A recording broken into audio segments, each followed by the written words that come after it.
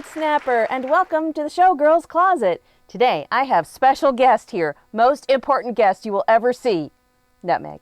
Also, Mr. Snapper is present in front of the camera this time instead of behind. So that the camera's all locked down. Yeah. For a change. Isn't that crazy? So sorry you won't get motion sickness with this particular video. I apologize. Sorry you won't get motion sickness making this particular video. Today, we are going to look at my scene partner for the Mandalorian act. This is part 2. Last week was part 1 where I talked about the costume. Part 2 is where you get to endure my scene partner, not Nutmeg. Well, Red's talked about before how this was sort of like a last minute addition to the Viva's show, their May the 4th show. How many weeks did we have from when Shoshana said, hey, do you think you could do something, to when we actually went on stage? Was it 3 weeks? It may have been as many as 3 weeks. It might have been like 2.5 weeks. Yeah, it was short. So it was one of those, you know what would be funny conversations. Shoshana, like, do you have another act you can do or that you can come up with?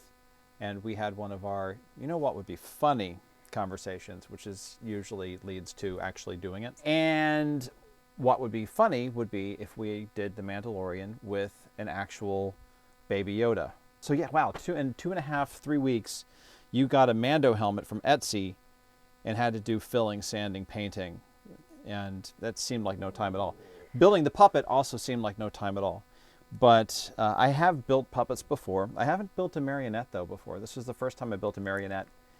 And I could not have done it without a tutorial that I found on a wonderful YouTube channel called Puppets by Arlee.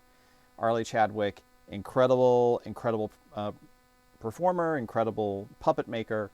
Highly recommend. And it was a huge help. I could not have done this without her help. Wait, Nutmeg wants to be on camera. She was insisting. Here she is. She would like to audition for the role of Baby Yoda. Well, I mean, probably now it would make sense to give her a little Baby Yoda costume and have her just be your Baby Yoda instead of me having a puppet. We did not have Nutmeg at the time. So. We didn't. And the puppet is its own wonderfully unique thing. It is. Can I carry you out of the room again?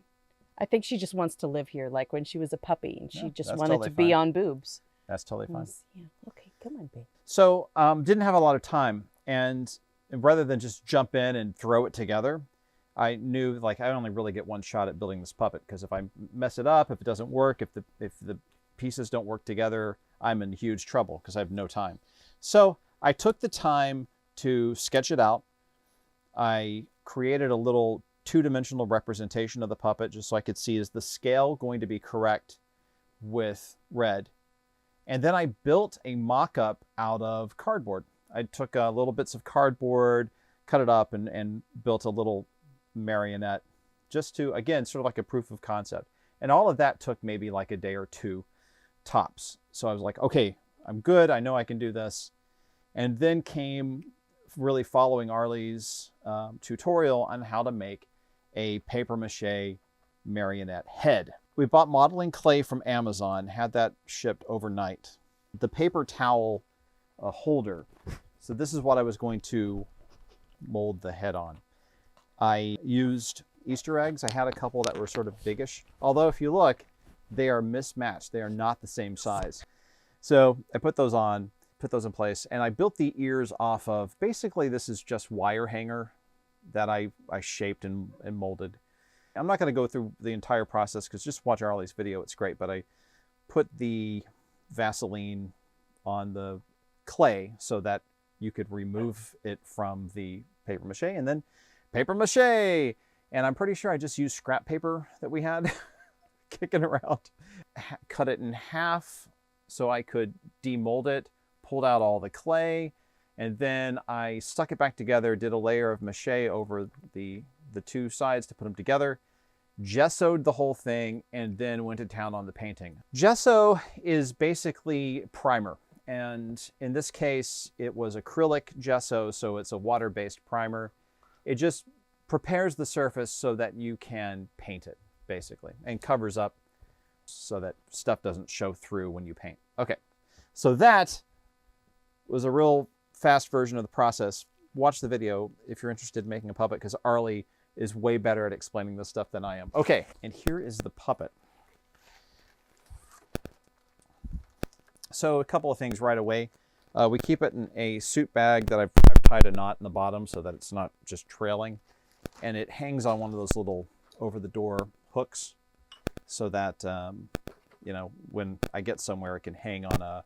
I just hang it up on the clothes rack right next to costumes. So this is Grogu. This is Baby Yoda. So yeah, paper mache head, painted. Look, the features are very extreme. So if you look at the dimensions of the toy Grogu and the puppet Grogu, obviously I took some liberties in the design. Part of what was going through my head as I was doing this was I wanted to sort of hit that old school Marionette look, which is kind of, you know, big eyes, big puffy rosy cheeks, that sort of thing. So took some liberties with the design. Okay, so the dogs are going insane. I lost a light, but hey, I was able to at least stop shooting long enough to grab a C-stand so I don't have to hold the puppet over my head while we talk about him. I just want to say it's amazing that we can fit a C-stand in the closet. It is amazing. Okay, so where were we? The fabric, I'm pretty sure both pieces were remnants from Joann's. Probably. I'm pretty sure they were remnants. The hands were Sculpting, and so were the feet. No, the feet are foam. Okay, so at a certain point, it became throwing this puppet together. The body, which you can't see because he's pretty much, but I have photos of this. It's just a wood frame body. His head is tied to a wire that runs through it. The arms, I'm actually not sure how I built the arms. I just followed Arlee's thing, so however she makes arms and legs is pretty much how I did it. But here's the funny thing. I needed a dowel for his legs. I needed a kind of thickish dowel for his legs. Could not find what I needed. So instead, we wound up getting like decorative branch from I don't even know, Michael's maybe? It might have been from Michael's, and it was more expensive than a dowel would be. Just the dowel rod would have been. We only needed one piece of this whole, like, oh, here's a cluster of decorative branches so that your home can look like autumn. And we're like, we don't care if our home looks like autumn. Exactly, but there you go. That's what we had to do. But I'm really happy with the construction, even though it's pretty insane. But that's how it was put together. When I first strung it, I used like really thick thread, basically.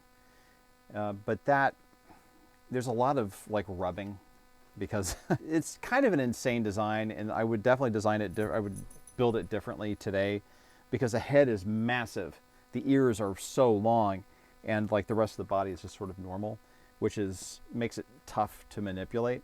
I would probably give him more of an A shape so that the legs are a little more spread out. They're less likely of it getting caught on the ears and stuff like that. So anyway, the thread that I used would wear down during performance, and I actually popped a couple of threads one of the times we performed it. So I switched over to this fishing line, heavy black fishing line, which I think works better for this particular puppet. Although I'm concerned about, because the thread runs right up against the face and the ears, I'm afraid that eventually it's going to leave marks or cut into it. So the control, I mean, I didn't even have like a circular saw at the time. I think I did all this with a jigsaw, which is insane. So threw this together. I didn't have black spray paint, so I wound up using black Plastidip is what I had. So it's wearing off in a way that it probably wouldn't if it were properly painted.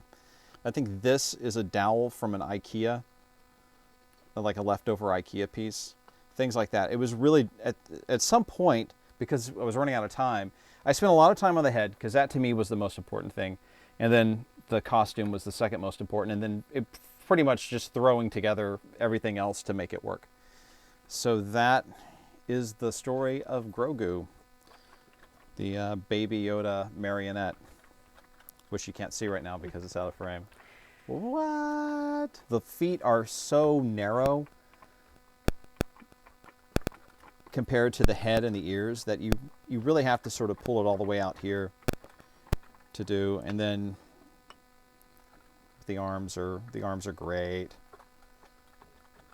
doing little dances and stuff. And then there's this one really great performing moment where the Mandalorian picks up Grogu, because Grogu's exploring and getting into trouble, and so the Mandalorian picks him up and puts him down on the ground, and I do this whole thing where he collapses down on his butt, and he's sad, and he just sighs, shakes his head. I like that. So the only challenge is, like I said, when it was popping threads. Not as big a problem now, and I think I believe Arlee recommends doing a little drops of plastic glue or some sort of cement on the knots so that they don't unravel, which I did, and that has made a huge difference. It's fun to perform. I know that Grogu is going to draw focus. You know, it's Red Snapper's number, so even though I know that Grogu is going to draw focus from her, I try not to draw focus from her, if that makes sense. I try to make the motions not as, I'm not like, oh, look at me, I'm Grogu, hey, blah, blah, blah, blah, blah. I try to make it a little more subtle and real, which is, you know, challenging because he has weird proportions. So. Well, part of a partnership or a duet is knowing when the focus should be on you and when the focus should be on your partner. So the dance moves were very, very simple so that people would be amazed when they saw a marionette perform them. But for a human to perform them, it wasn't like, oh, she's doing amazing things, let's give her a Las Vegas crown. It was like, okay, that's fine. The other thing, though, is at one point Red turns around and she shakes her booty at the audience, and so I put in a butt string specifically so we could have a twerking Yoda, a twerking Baby Yoda. And the audience goes nuts for that because it's hilarious. And then the last sort of trick with this is the Mandalorian scoops him up and carries him off stage. So I basically have to hold the controller up here, and it's all just like arm work and whatever I can do with the head while Mandalorian is carrying Grogu. So yeah, until we get off the stage. The funny thing though is when you host, we get off the stage, I have the marionette, and then someone else has to grab the controller. Right. So that I can tie up the strings and then hang him up so that he can be dressed properly for storage, transport and storage. Yep. Well, that is it. That is Grogu, aka Baby Yoda. It was a lot of fun to build. I really do need to rebuild it. We've had, I don't know how many times we've performed that act at this point. Quite a few. And like his little nails are breaking because the Sculpey can be brittle.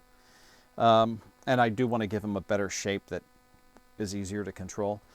But very proud of how this turned out, considering it was like 2.5 weeks from, you know what would be funny, to completed act. And performing on the stage. On stage. That's another reason we went with simple choreography instead of testing the extreme limits of the marionette to see, oh, could we get him to do backflips? This is not the Matrix.